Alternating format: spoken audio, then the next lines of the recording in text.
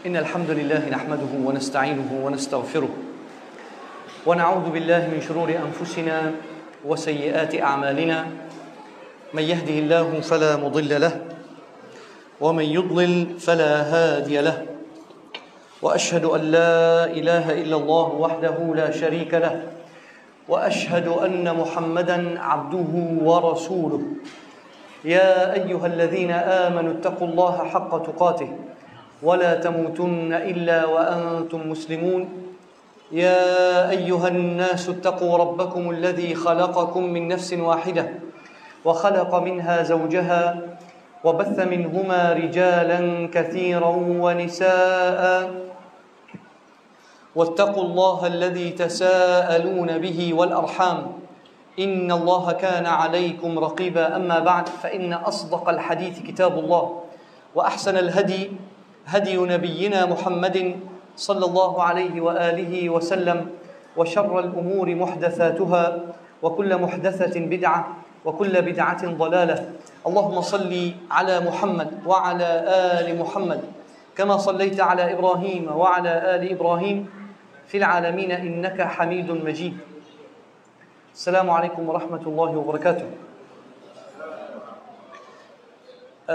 Kita sampai di mana Raja Talut telah membawa tentera, bilangan tentera Bani Israel yang benar nak berjuang di jalan Allah. Akhirnya apabila Allah Subhanahu wa taala turunkan At-Tabut, At-Tabut yakni keranda yang ada di dalamnya saki-baki barang Nabi Musa AS dan barang ataupun boleh kata legasi Nabi Musa dan Nabi Harun, tahmiluhul malaikah. Nabi mereka kata inilah mukjizat. Inna yani tahmiluhul malaikah inna fi dhalika la ayatan lakum in kuntum mu'minin. Kalau kamu nak beriman kepada Allah dan taati aku dan ikut Raja Talut, inilah mukjizat yang kamu nak. Maka akhirnya terkumpullah satu bala tentera Bani Israel bersama Nabi Syam'un dan juga Talut. Talut bawa tentera dia. فَلَمَّا فَصَلَ طَالُوتُ بِالْجُنُودِ قَالَ إِنَّ اللَّهَ مُبْتَلِيَكُمْ بِنَهَرٍ فَمَنْ شَرِبَ مِنْهُ فَلَيْسَ مِنِّي وَمَنْ لَمْ يَطْعَمْهُ فَإِنَّهُ مِنِّي إِلَّا مَنِ اغْتَرَفَ غُرْفَةً بِيَدِهِ فَشَرِبُوا مِنْهُ إِلَّا قَلِيلًا مِنْهُمْ فَلَمَّا جَاوَزَهُ هُوَ وَالَّذِينَ آمَنُوا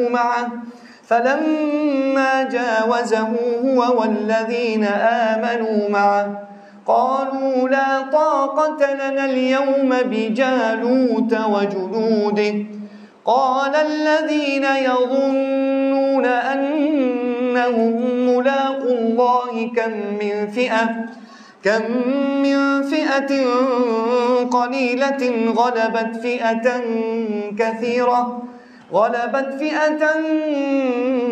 كثيرة بإذن الله Wallahu ma'as sabirin.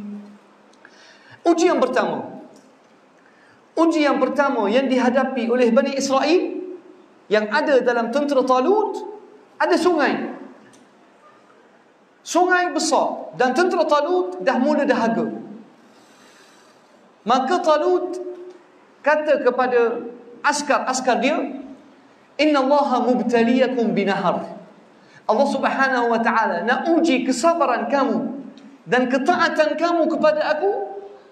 Ada satu sungai, kamu tak boleh minum.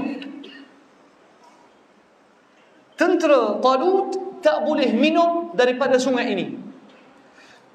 Kata Talut, "Faman syariba minhu falaysa minni." Orang yang akan minum daripada sungai ini bukan orang aku. Tak boleh ikut tentera aku. Ya Allah, ada ujian.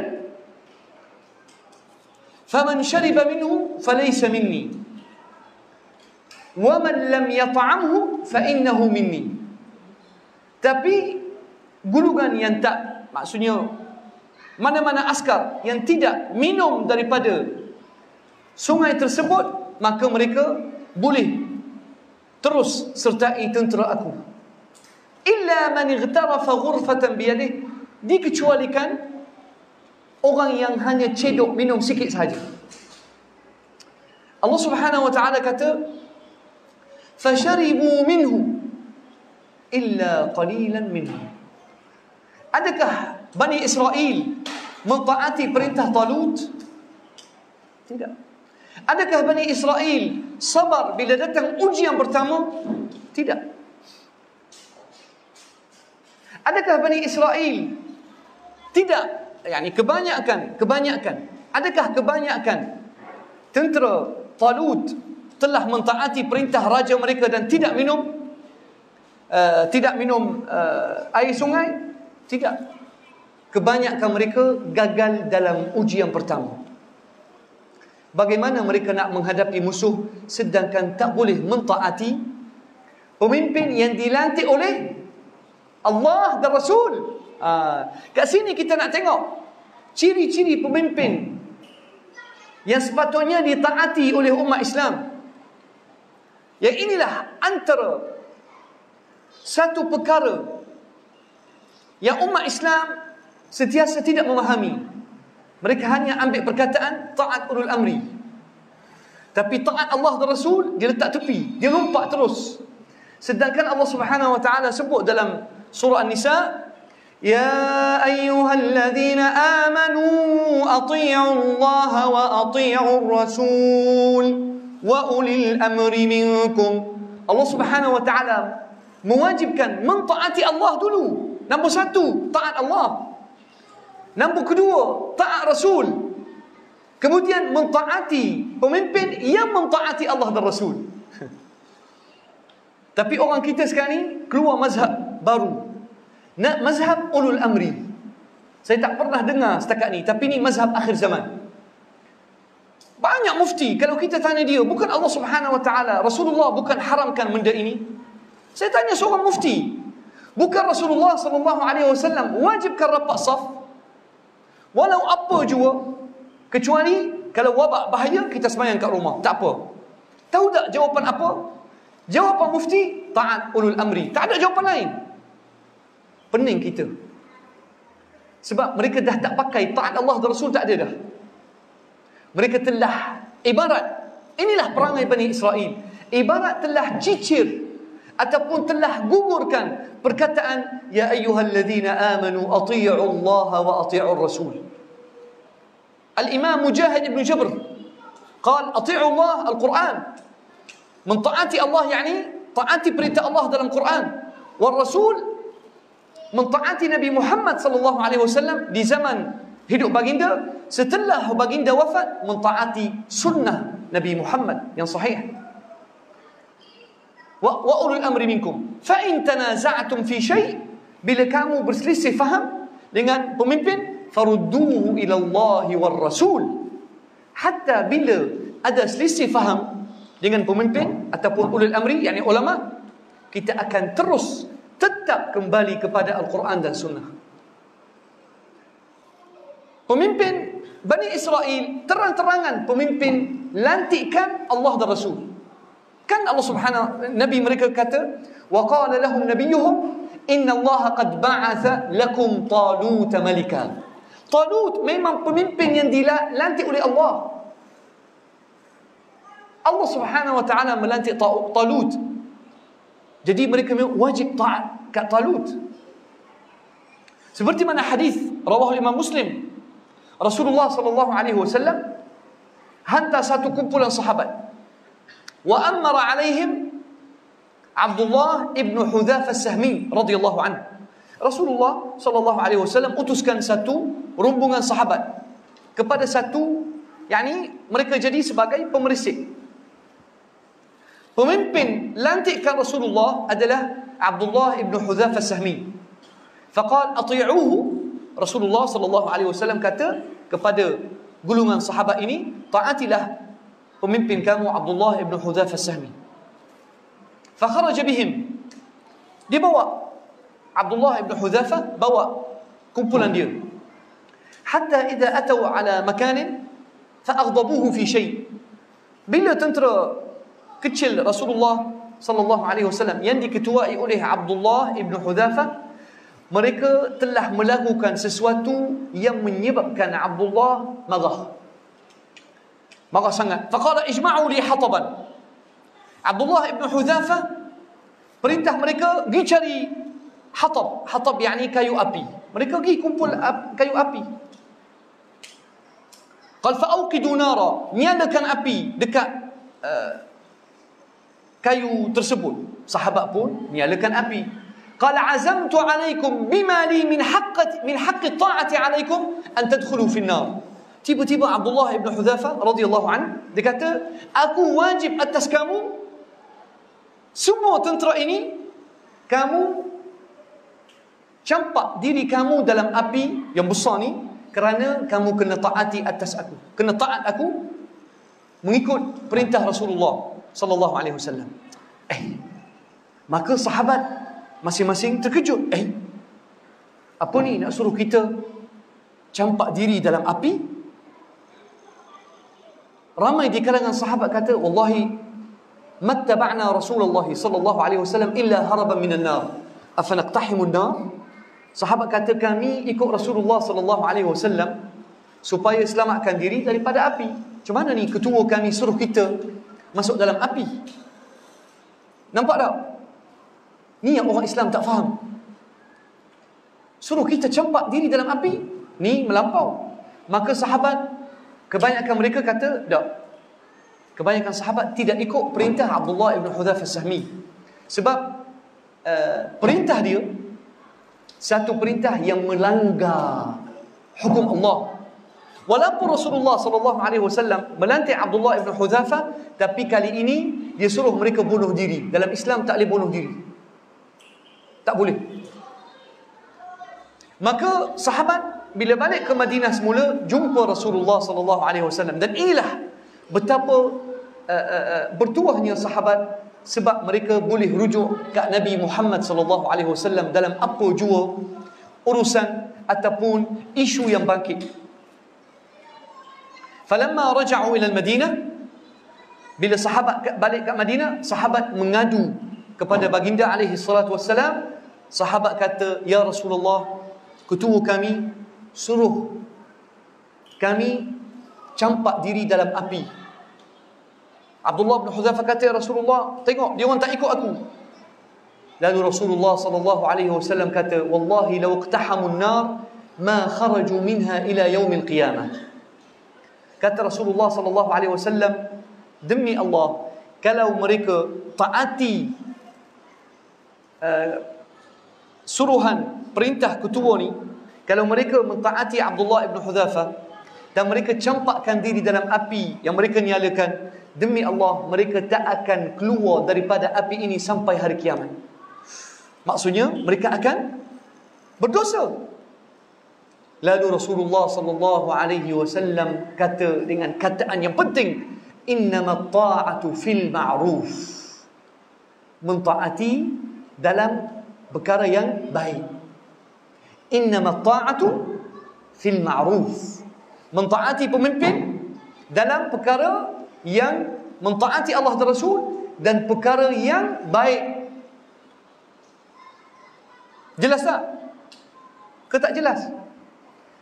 Ni hadis sahih rawahu Imam Muslim. Tapi tengok Talut dia kata apa kepada tentera dia? Faman syariba minhu falaysa minni. Orang yang minum sungai ini bukan orang aku, tak boleh ikut tentera aku, tak boleh. Waman lam yata'amhu fa innahu minni illa man ightarafa ghurfatan biyadihi. Talut bukan seorang pemimpin yang kejam. Dia kata tak boleh minum kecuali minum sikit. Kalau kata ciduk sikit, lepas tu cepat. Maksudnya tak boleh minum sampai kenyang. Tapi Bani Israel, Allah kata fasharibu minhu. Kebanyakan anggota tentera Talut semua minum sampai sampai kenyang. Illa qalilan minhum. rupanya yang tertinggal dengan Talut hanya golongan yang sangat sikit. Illa qalilan minhum. Falamma jawazahu huwa walladzina amanu ma'ah. Apabila Talut tinggalkan kawasan sungai dan semua tentera yang telah minum daripada sungai itu, Talut telah, boleh katakan telah pecat mereka dan tinggalkan mereka tak boleh nak sertai tentera Talut. Yang tinggal dengan Talut sedikit sangat. Falamma jawazahu huwa walladzina amanu ma'ah, tinggal orang beriman saja. Hatta kelompok yang kecil ini pun dah mula mengadu dan mengeluh. فَلَمَّا جَاوَزَهُ هُوَ وَالَّذِينَ آمَنُوا مَعَهُ قَالُوا لَا طَاقَةَ لَنَا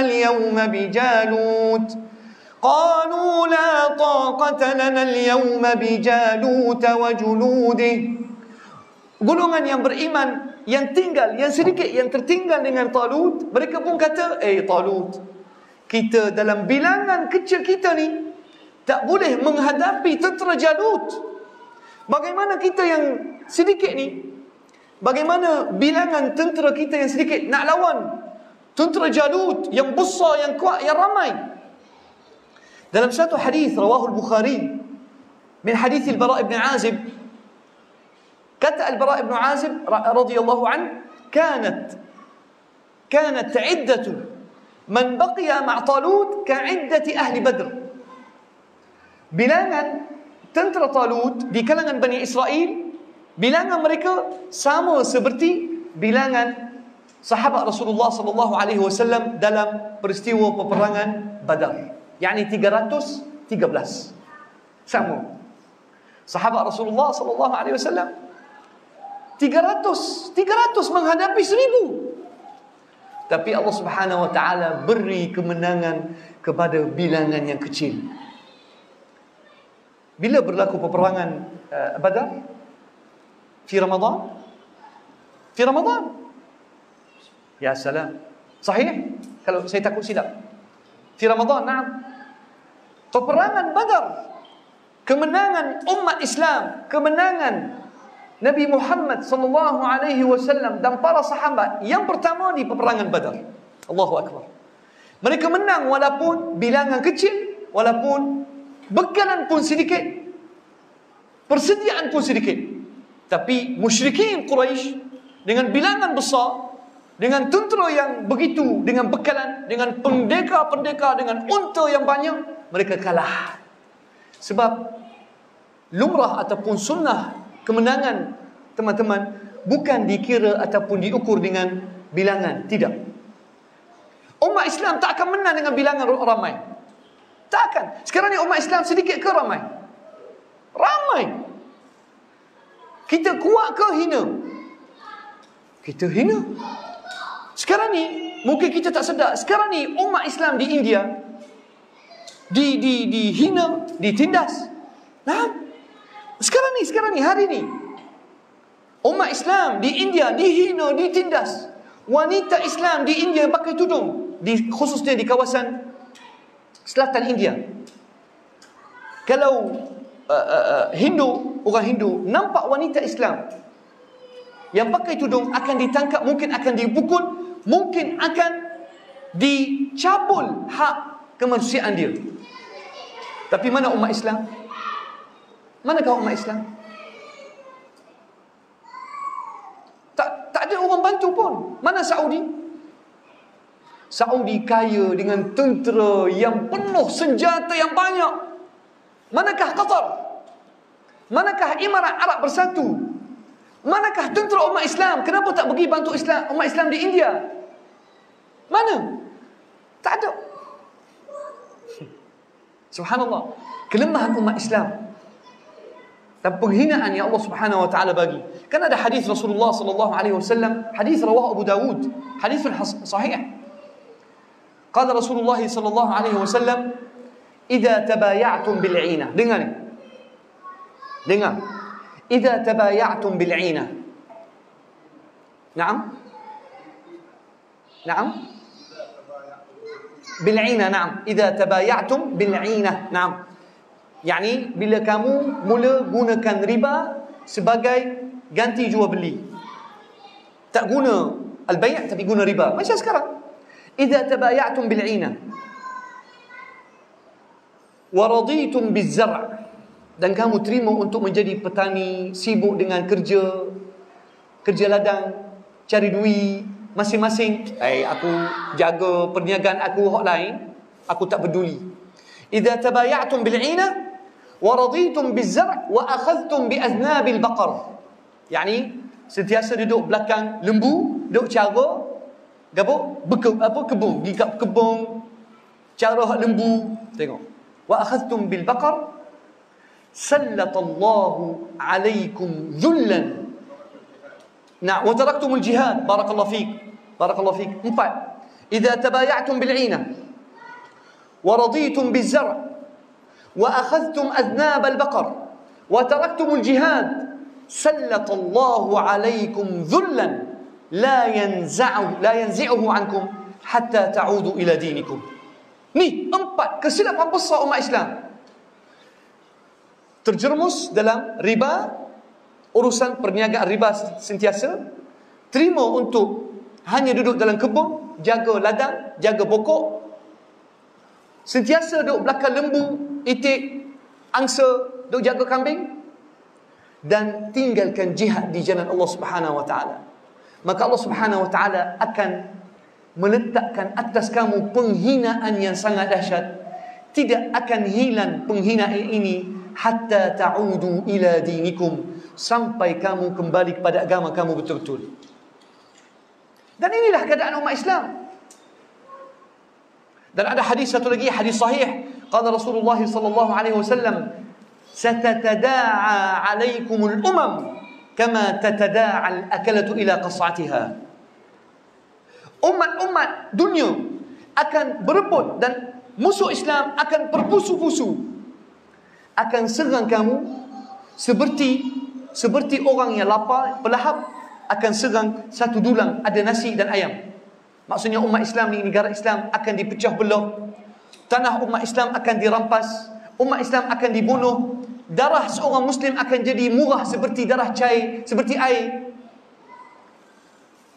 Satatada'a alaikumul umam, semua kaum-kaum akan bersatu untuk hapuskan umat Islam. Kama tada'al akalatu ila qas'atiha. Al-qas'ah yakni dulang. Tengok bila orang lapar tengah puasa, tiba-tiba mari nasi biryani satu dulang. Tengok orang lapar lagu mana dia pergi kat nasi biryani ada kambing ataupun ayam golek. Macam mana? Oh, hak ni makan, hak ni cubit. Gitulah keadaan umat Islam. Lalu sahabat tanya, qalu ya Rasulullah, aw min qillatin nahnu yawma idzin ya Rasulullah? Adakah musuh-musuh dan kaum-kaum yang lain akan ambil kesempatan atas umat Islam kerana bilangan kita yang sedikit? Qala la, bukan kerana kamu sedikit, walakinnakum kathir, bal antum kathir. Tidak, kamu bukan sedikit, kamu ramai. Walakinnakum ghutha'un ka ghutha'is sayl, kamu sebenarnya seperti buih-buih dalam lautan.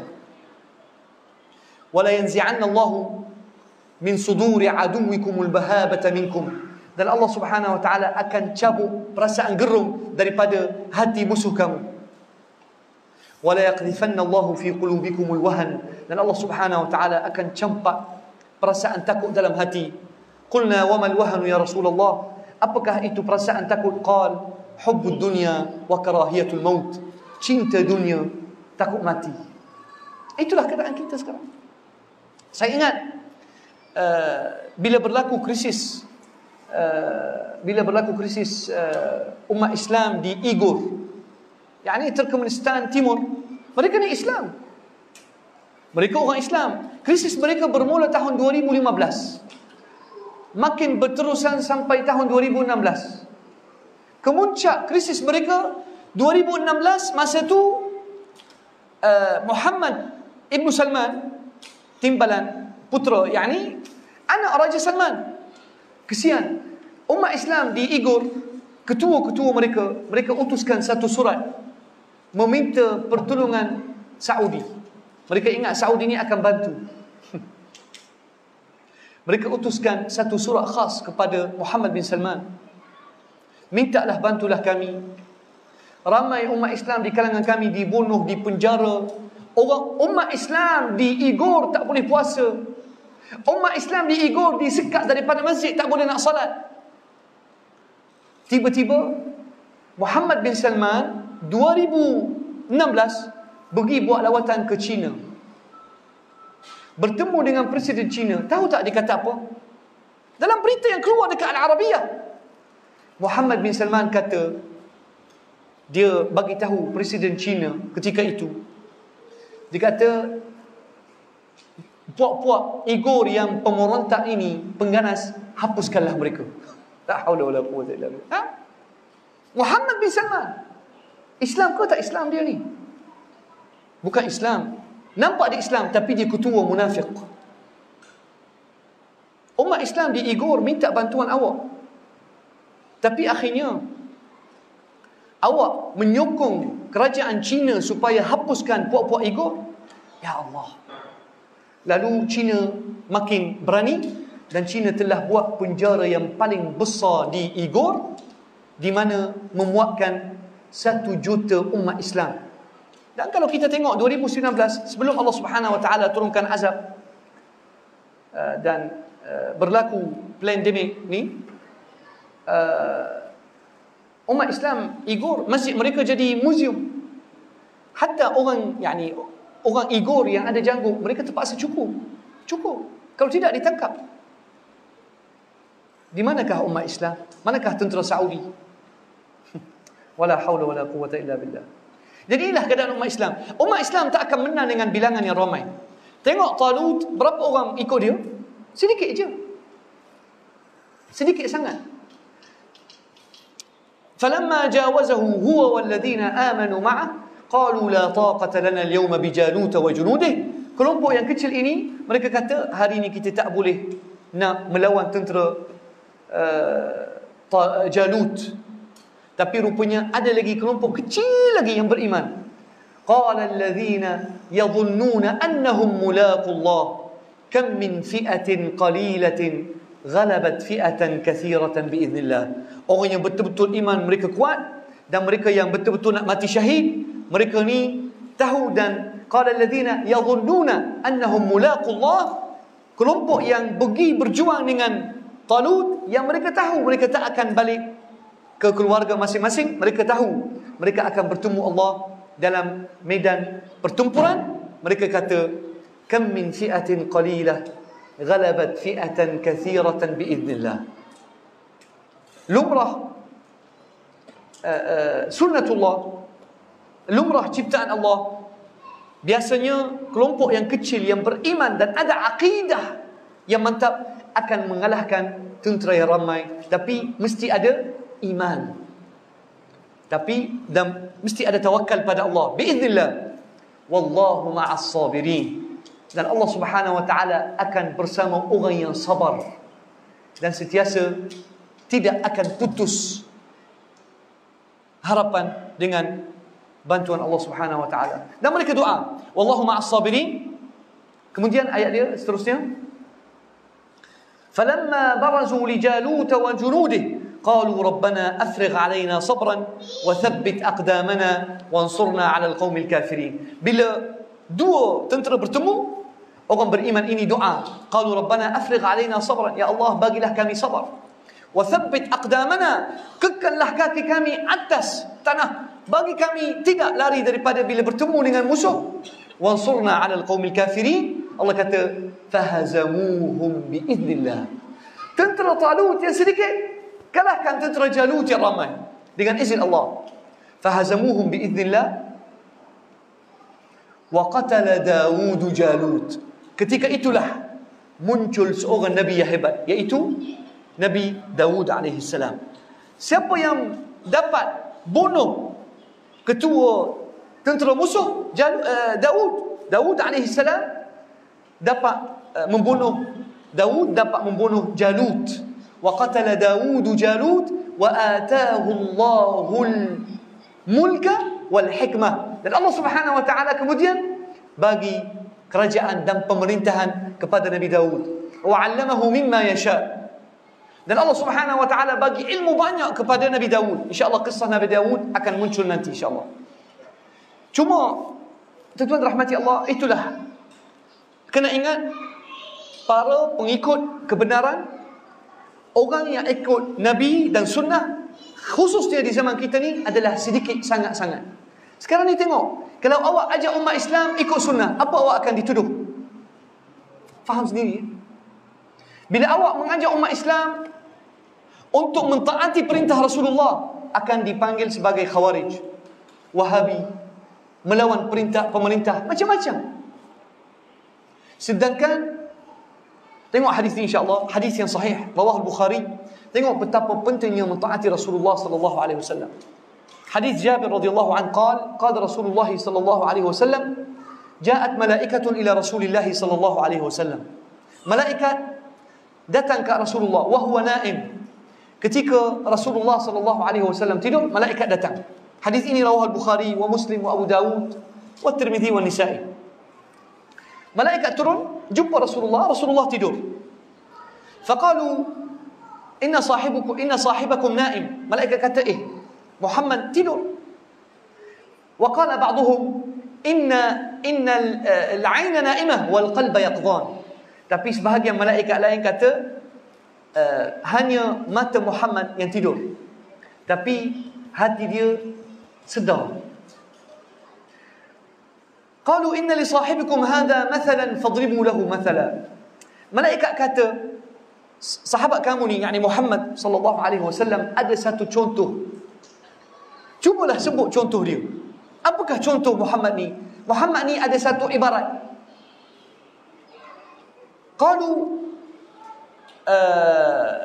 mathalu Muhammad, umpamaan Rasulullah sallallahu alaihi wasallam, kamathali rajulin bana dara wa ja'ala fiha ma'duba wa arsala da'iya faman ajaba ad-da'i dakhala ad-dar wa akala min al-ma'duba wa man lam yujib ad-da'i lam yadkhul ad-dar wa lam ya'kul min al-ma'duba. Kata malaikat, umpamaan Rasulullah sallallahu alaihi wasallam seperti seorang telah membina rumah. Lepas dia buat rumah, dia buat jamuan. Lepas dia buat jamuan, dia utuskan seorang pemanggil. Orang Kelantan panggil memanggil. Tahu? Bila ada walimah, jemputan berkahwin, hantar memanggil. Faman ajaba ad-da'i dakhala ad-dar wa akala min al-ma'dubah. Kalau bila ada seorang pemanggil, kalau kita sahut suruh orang pemanggil, kita dapat tak masuk rumah yang ada jamuan ke tak dapat? Dapat. Faman ajaba ad-da'i dakhala ad-dar wa akala min al-ma'dubah. Orang yang sahut seruan pemanggil dapat masuk rumah dan makan daripada jamuan. Wa man lam yujib ad-da'i lam yadkhul ad-dar wa lam ya'kul min al-ma'dubah. Tapi orang yang tolak pemanggil, orang yang tak nak dengar, manggil ke apa makan tak sih? Baik, dia tak dapat masuk rumah, tak dapat makan jamuan. Malaikat kata, awiluha lahu yafqahuha. Malaikat kata, cubalah jelaskan dan tafsir umpamaan ini supaya Muhammad sallallahu alaihi wasallam faham maksudnya. Faqala ba'dhum innahu naim wa qala al-ba'd innal 'ayna na'imatun wal qalba yaqdhan. Malaikat lain kata, tapi Muhammad tidur. Malaikat lain kata, hanya mata Muhammad tidur tapi hati dia sedar. Qalu, tengok, qalu ad-da'i Muhammad. Ni tafsiran umpamaan ad-da'i Muhammad, yang pemanggil Rasulullah. Ad-da'i Muhammad wad-daru al-jannah. Umpamaan rumah yang ada orang buat jamuan adalah syurga. Faman ata'a Muhammadan ata'a Allah. Allahu akbar. Dengar. Faman ata'a Muhammadan faqad ata'a Allah. Jelas ke tak? Tak jelas. Nak tak sahut pun ambo kecewa, ambo syok sore ni. Man ata'a Muhammad ata'a Allah. Wa man 'asa Muhammadan faqad 'asa Allah. Barang siapa yang tidak menyahut seruan dan tidak terima dakwah Nabi Muhammad, maka dia telah melawan Allah. Wa Muhammadun farqun bainan nas. Dan Rasulullah sallallahu alaihi wasallam ada satu riwayat lagi jelas, wa Muhammadun farraqa bainan nas. Dan Rasulullah sallallahu alaihi wasallam menjadi pemisah. Okey. Tafsir yang terang, Rasulullah sallallahu alaihi wasallam menjadi pemisah antara manusia. Apa maksudnya? Rasulullah menjadi, boleh kata, batu ukur di antara manusia. Mentaat Nabi Muhammad, awak ni ahli sunnah. Dalam semua urusan, melawan sunnah Rasulullah, bukan ahli sunnah. Cukup? Kenapa kita boleh pisah? Kenapa ayah dengan mak boleh pisah? Ayah dengan anak boleh pisah? Kawan dengan kawan boleh pisah? Ustaz dengan anak murid boleh pisah?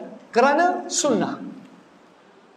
Awak ikut Rasulullah, awak akan pergi orang lain. Awak melawan sunnah Rasulullah, awak jadi orang lain. Faham ke tak? Kenapa kadang-kadang kita tak boleh pergi satu masjid ni? Masjid ni tak ikut sunnah Rasulullah, mengamalkan bid'ah. Akan jadi sebab kita tak akan sama.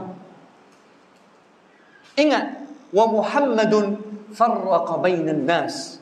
Orang kata, puak-puak ikut sunnah ni pecah belah masyarakat. Ya, memang kalau kita ikut sunnah, ramai tak akan setuju. Bukan sain ayah mak tak setuju dengan kita. Kita kata, ayah, janggut ni panjang sunnah. Tak comel, cukup. Tapi sekarang ni tak ada rasanya. Cuma kalau kita kata, ayah, amalan ni awak buat ni tidak ikut sunnah Rasulullah sallallahu alaihi wasallam. Rasulullah tak pernah buat. Tak boleh. Rasulullah tak buat, kita tak boleh buat. Kita pandai lagi daripada Rasulullah. Zaman dulu tak sama. Tengok. Bila kita bayar fitrah dalam keadaan makanan, bukan duit. Puak-puak ni tak ikut kerajaan, tak ikut mufti. Kita ikut Nabi Muhammad sallallahu alaihi wasallam. Sebab kita akan masuk syurga bila mentaati Rasulullah, bukan mentaati orang lain. Wallahu a'lam. Aqulu qawli hadha wa astaghfirullah al-azim li wa lakum walhamdulillahi rabbil alamin. Wassalamu alaikum warahmatullahi wabarakatuh.